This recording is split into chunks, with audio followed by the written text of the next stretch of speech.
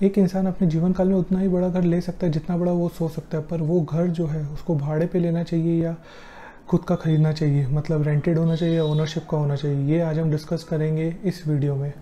नमस्कार दोस्तों, मैं हूँ सी अमन अडलाल का। आज आप आ गए हैं एक नए वीडियो में जहाँ पर हम कुछ फैक्ट्स एंड फिगर्स प्लस कुछ रिलेटिव टॉपिक्स के बारे में बात करेंगे रिलेटेड टू रेंटिंग। भाड़े पे घर लेना चाहिए रेंटिंग, या फिर घर को खुद खरीदना चाहिए, या यानी कि ओनरशिप ऑफ द हाउस।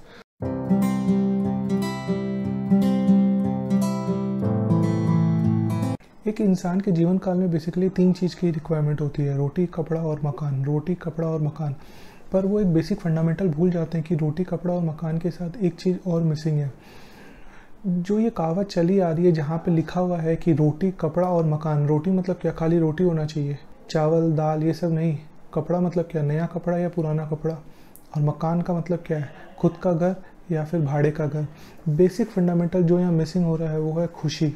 अगर एक इंसान रोटी को खुशी के साथ खाए तो वो उसके लिए अमृत का काम करेगी। वहीं पे अगर एक कपड़ा जो है इंसान पुराना ही पहने पर वो उसे खुशी के साथ पहने तो वो उसको राजा बना देती है।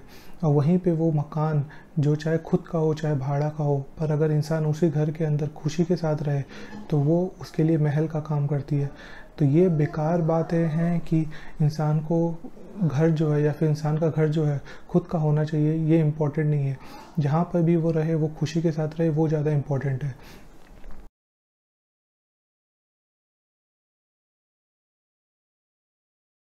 हम आज कुछ बेसिक फंडामेंटल पैरामीटर्स के बारे में बात करेंगे जहाँ पर हम डिस्कस करेंगे कि एक इंसान को अपना जो घर है वो बेसिकली 3 चीज़ के बेसिस पे सोचना चाहिए कि उसे लेना चाहिए या उसे रेंट करना चाहिए। ये बेसिक 3 चीज़ें हैं, एल, एफ और R. L, F and R. L, F and R basically क्या चीज़ हुआ? Long term goal. Long term उसे ये सोचना चाहिए कि उसके लिए लॉन्ग टर्म में बेसिकली क्या क्या खर्चे हैं जो उसे करना है, जैसे कि बच्चे की पढ़ाई हो या बच्चे की शादी हो। अगर ऐसे रिलेटेड कुछ खर्चे हैं या फिर उसे ऐसा लगता है कि फ्यूचर में मुझे कुछ ऐसे खर्चे करने पड़ेंगे जो कि घर लेने से ज़्यादा इम्पोर्टेंट है, तो वो उन्हें फर्स्ट प्रायोरिटी दे, ना ही घर लेने के बारे में सोचे। क्योंकि घर तो अगर भाड़े का हो तो भी चल जाएगा, पर बच्चे की शादी या बच्चे की पढ़ाई के साथ वो कॉम्प्रोमाइज़ नहीं कर सकते। Second thing, F is basically the fundamental parameters. आप सोचेंगे कि मैं घर ले लूँ, अगर मैं वो घर लेता हूँ तो अगर आप घर वो खरीदेंगे तो आपको एक ह्यूज अमाउंट जो है उस घर के लिए पार्क करना पड़ेगा, या फिर ये कह सकते हैं कि उस घर को खरीदने के लिए ह्यूज अमाउंट आपका जो है ब्लॉक हो जाएगा। पर अगर वो फंड आपको स्टडीज़ में रिक्वायर्ड है तो वो फ्यूचर में आप वो खर्चे नहीं कर पाएंगे जो आप खर्चे करने चाहते थे। तो आपको बेसिक माइंड में क्लियरिटी रखनी पड़ेगी कि फंडामेंटल पैरामीटर्स मुझे क्या क्या रिक्वायर्ड है, मुझे अभी कैसे कैसे फ़ंड रिक्वायर्ड है इन माय फ्यूचर पर्पसेस। वो चीज़ को बेसिक सोच के उसके बाद ही डिसीजन लें कि घर भाड़े पे लें या घर खरीदें। And the third is the requirement. Requirement मैं सोशल मीडिया वाले रिक्वायरमेंट की बात नहीं कर रहा हूँ कि उसके पास 2 विला है, उसके पास 2 BHK घर है तो मुझे 3 BHK लेना चाहिए। उसने इंस्टाग्राम पे 4 BHK के साथ फ़ोटो खिंचवाया तो मेरे पास भी घर होना चाहिए। आजकल ये देखी दिखावे वाली दुनिया में ना जाएं और अपने बारे में और अपने बच्चों के बारे में सोच के और अपने रिक्वायरमेंट के बारे में सोच के ये डिसीजन लें कि आपको 2 BHK का घर चाहिए या 1 BHK का घर चाहिए।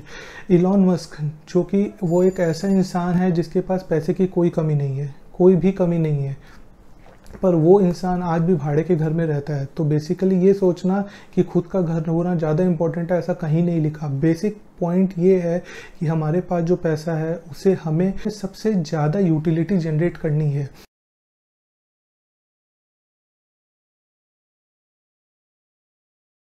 उसके बाद बात करते हैं कुछ ऐसे पॉइंट्स के बारे में, बेसिकली डिफरेंसेस के बारे में, कि अगर आप घर को रेंट पे लेते हैं तो आपके लिए क्या क्या पॉइंट्स महत्वपूर्ण है या फिर क्या क्या पॉइंट इंपॉर्टेंट है। एंड द सेकंड थिंग, अगर आप घर को ओन करते हैं तो आपके लिए क्या क्या पॉइंट्स इंपॉर्टेंट है।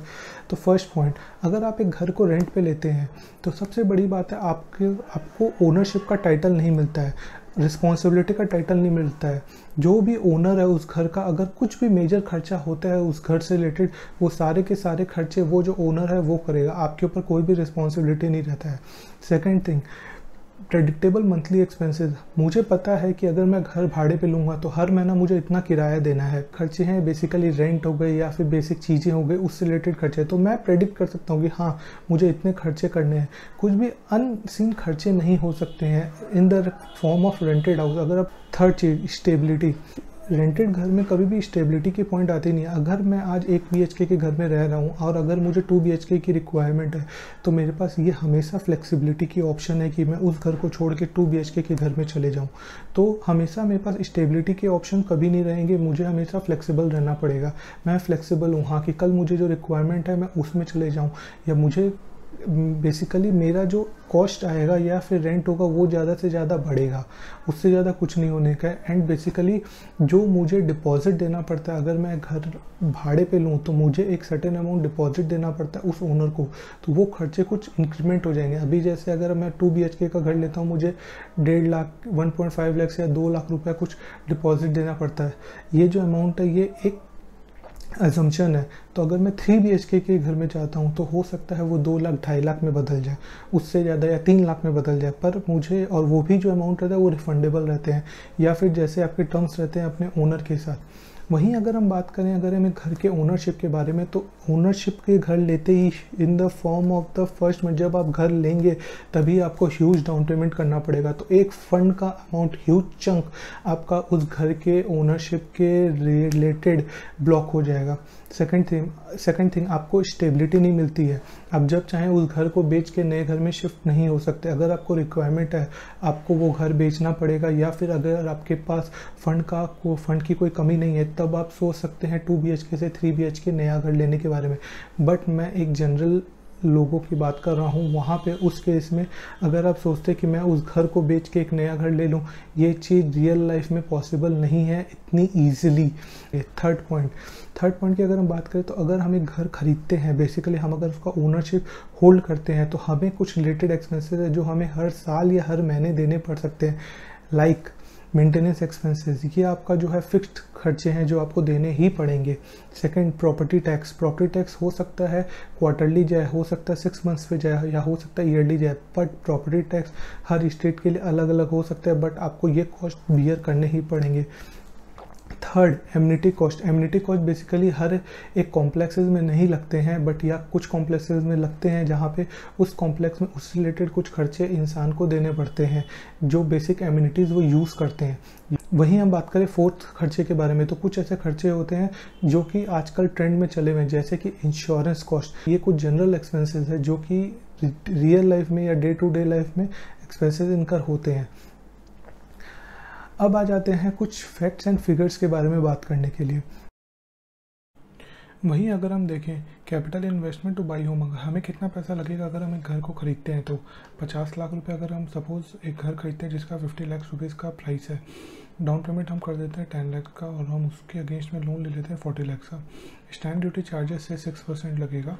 अदर एमिनिटीज जो खर्चे होंगे एमिनिटीज़ पे वो होंगे 3 lakh, renovation charges 3 lakh, other loan charges 40,000। ये सब एक लमसम एजम्पशंस है। तो अबाउट जो है टोटल 59,40,000 रुपीज़ एक्सपेंसेस होंगे अगर हम घर को परचेज़ करते हैं तो। वहीं अगर हम ग्रोथ लें प्रॉपर्टी की से एट द रेट ऑफ 5%, तो total value of property after 20 years हो जाएगी 1,32,66,488। और अगर हम अदर मेंटेनेंस कॉस्ट पकड़े over the period of time, मतलब 20 साल के पीरियड में से लमसम 10 लाख रुपया, तो आफ्टर 20 ईयर्स 1,22,66,488 हमें लमसम उस प्रॉपर्टी का रिसीव होगा आफ्टर 20 ईयर्स। और वहीं अगर एक घर को रेंट पे लेते हैं तो मंथली रेंट से अगर हम 12,500 पे करते हैं और हाइक जो है हर साल 5% हाइक है, ये जो है आफ्टर इग्नोरिंग टैक्स बेनिफिट्स है, बट से लमसम 12,500 रुपये हम हर साल देते हैं, हर महीना देते हैं मंथली एक रेंट, एंड 5% हाइक है उस पर। जिसके अगेंस्ट में अगर EMI हम लेते हैं, यहाँ पे जो हम 40 लाख का लोन ले रहे हैं उसके अगेंस्ट में अगर हम EMI लेते हैं तो 8.5% के हिसाब से 28,333 हमें हर मंथ का पे करना पड़ता।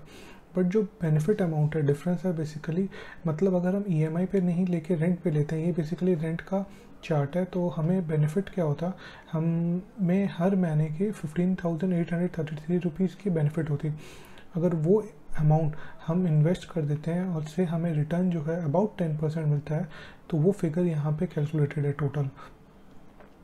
और 40 लाख से हमने लोन लिया था, 40 लाख से हमने लोन लिया था और बाकी का अमाउंट जो है हमने डाउन पेमेंट की थी 10 lakh rupees. Out of the total 59,40,000 40 lakh हमने लोन लिया था और 19,40,000 हमने जो है उसका पेमेंट कर दिया था।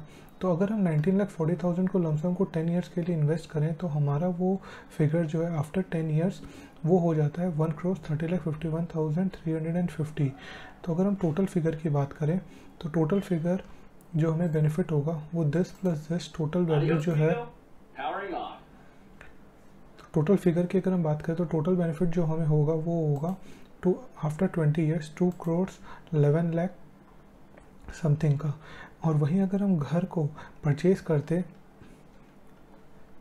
तो value of the property after 20 years जो है वो होती 1,22 लाख। तो नेट बेनिफिट जो है हमें अबाउट 88 लाख का हो रहा है।